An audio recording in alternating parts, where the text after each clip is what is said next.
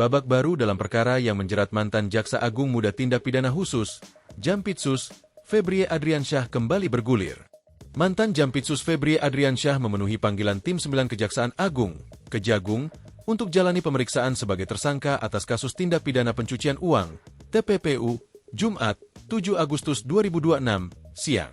Berdasarkan pantauan tribunnews.com di lokasi, Febrie tiba di Gedung Utama Kejagung sekira pukul 13.36 WIB dengan menggunakan mobil tahanan Kejagung buatan Pindad warna hijau.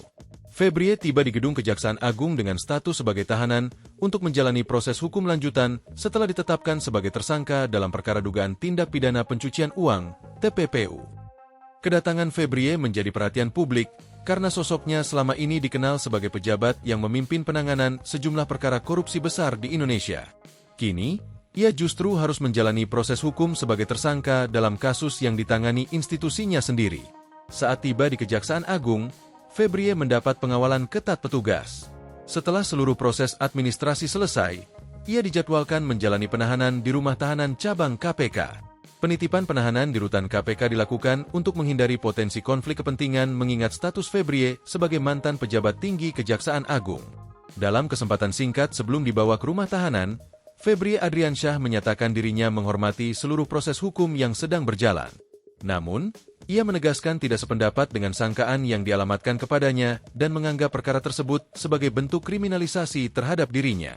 Sementara itu, Koordinator Tim 9 sekaligus Jaksa Agung Muda Bidang Pengawasan, Jamwas, Rudi Margono, menjelaskan bahwa seluruh proses penahanan dilakukan sesuai prosedur hukum. Ia juga menerangkan bahwa penitipan di Rutan KPK dipilih untuk menjamin objektivitas penanganan perkara dan menghindari benturan kepentingan. Rudi juga sempat menjelaskan alasan teknis terkait proses pengawalan Febrie pada tahap awal penahanan. Menurutnya, terdapat kondisi yang membuat prosedur penggunaan atribut tahanan dilakukan menyesuaikan situasi saat itu, namun seluruh mekanisme administrasi tetap dipenuhi sesuai ketentuan. Perkara yang menjerat Febrie menjadi perhatian luas, karena menyangkut figur yang sebelumnya berada di garda depan pemberantasan korupsi. Selama menjabat sebagai Jampitsus, ia dikenal memimpin penyidikan sejumlah kasus bernilai besar yang melibatkan berbagai pihak. Kini, fokus publik beralih pada konsistensi penegakan hukum. Banyak kalangan menilai penanganan perkara ini akan menjadi ujian penting bagi kredibilitas aparat penegak hukum dalam menerapkan prinsip persamaan di hadapan hukum, tanpa memandang jabatan maupun latar belakang seseorang. Proses penyidikan masih terus berjalan.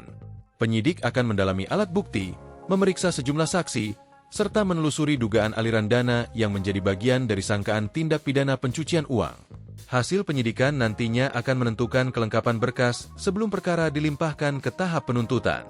Dengan dimulainya masa penahanan tersebut, kasus yang melibatkan mantan petinggi Korps Adiaksa ini memasuki fase yang lebih krusial. Seluruh proses berikutnya akan menjadi sorotan publik, mengingat besarnya perhatian terhadap independensi dan transparansi penegakan hukum di Indonesia. Penulis, Fahri Mahayupa.